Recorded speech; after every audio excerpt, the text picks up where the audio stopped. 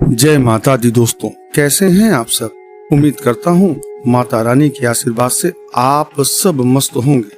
क्या आप भी इस समय माता वैष्णो देवी की पवित्र यात्रा पे आ रहे हैं तो ये वीडियो आपके लिए बड़ी उपयोगी साबित होगी, क्योंकि आज की वीडियो में मैं आपको बताऊंगा कि माँ के दरबार में हमें पहुँचना कैसे है, कुल खर्चा कितना आएगा, क्या साधन है, कहाँ रुकें, खाने का खर्च कितना आ जाएगा और सबसे जरूरी बात, इस समय कटरा वैष्णो देवी में माँ के दरबार में मौसम कैसा है।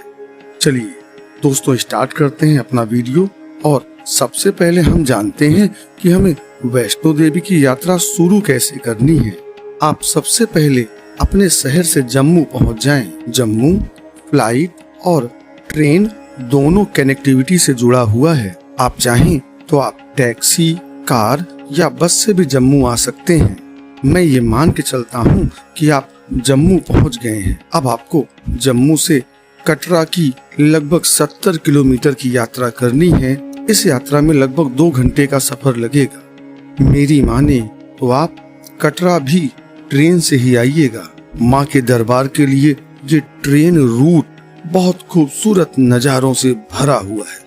नेचर की खूबसूरती देख के आप यात्रा करने से पहले ही प्रसन्न हो जाएंगे। आप जिस दिन कटरा पहुँचे, अगर आपके पास उस दिन यात्रा करने का समय नहीं है, अगर शाम हो चुकी है, तो आप कटरा पहुँच के रुकने की व्यवस्था देखें। मैं इसमें आपकी हेल्प करता हूँ। कटरा में आपको श्राइन बोर्ड की धर्मशालाओं में रुकना चाहिए। आप धर्मशाला के नाम पे घबरा मत जाइएगा, जहाँ छोटे से छोटे, बड़े से बड़े, अमीर से अमीर भक्तों की सुविधा का पूरा ख्याल रखा गया है। वैसे माँ के दरबार में जाने वाला कोई भी अमीर और गरीब नहीं होता, लेकिन फिर भी सबका अपना अपना बजट होता है। मैं मान के चलता हूँ कि आप कम बजट में यात्रा करना चाहते हैं, इसलिए आप मेरे सजेशन पे श्राइन बोर्ड की धर्मशाला में रुके।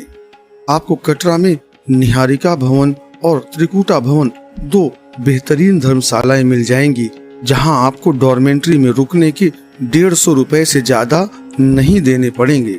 आप कटरा में रुके तो मेरे कहने पर निहारिका या त्रिकुटा भवन में रुकिएगा।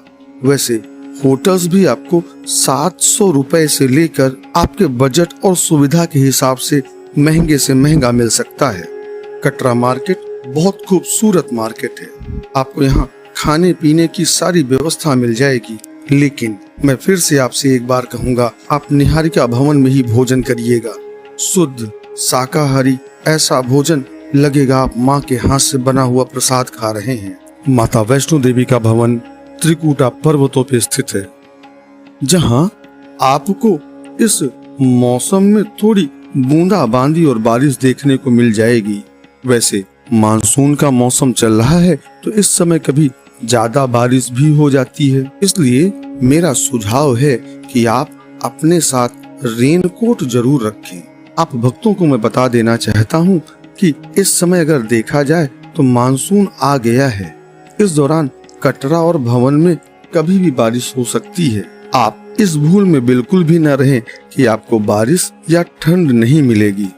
माता का भवन पहाड़ों में स्थित है, यही कारण है कि आप भक्तों को भवन में ठंड मिल ही जाती है।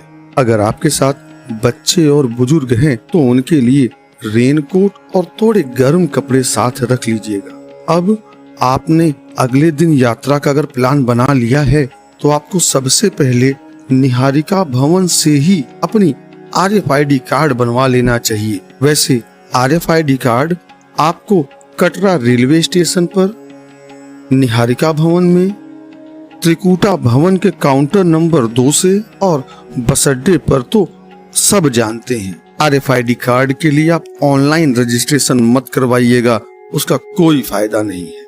नियम बदल गए हैं, सबको लाइन में लगना ही पड़ेगा। RFID कार्ड लेके अब आप कटरा मेन मार्केट से बाणगंगा या ताराकोट मार्ग से यात्रा शुरू कर सकते हैं। मैं पुराने रास्ते से ही यात्रा करता हूँ और आपको भी मैं सजेस्ट करूंगा आप बाणगंगा वाले रास्ते से ही यात्रा पे जाइएगा। उस रास्ते पे आपको बाणगंगा के दर्शन हो जाएंगे, दर्शनी दरवाजा मिल जाएगा चरण पादुका के दर्शन हो जाएंगे। आप सामान्यतः 2-2.5 घंटे में अर्धकुमारी तक पहुंच जाएंगे। बहुत से दर्शनार्थी ताराकोट का नया मार्ग इसलिए लेते हैं क्योंकि वो साफ सुथरा है, उस पे घोड़े और खच्चर नहीं है, लेकिन रास्ता बहुत खाली खाली सा लगता है। मुझे यात्रा करने में ताराकोट मार्ग पे डर सा लगने लगता है। फिलहाल जब आप अर्धकुमारी पहुंच जाएं तो आपके पास 2 ऑप्शंस हैं।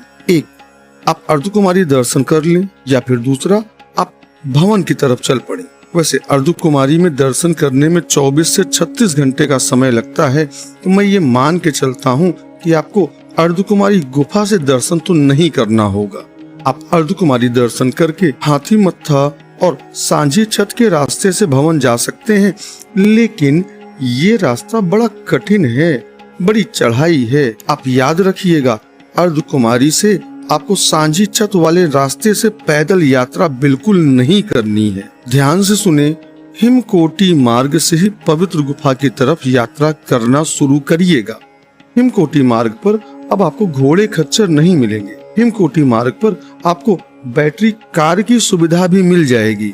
हिमकोटि मार्ग से आप अर्धकुमारी से भवन तक 2 से 3 घंटे पैदल यात्रा में बड़ी आसानी से पहुंच जाएंगे। इस रास्ते पे चढ़ाई बिल्कुल नहीं है।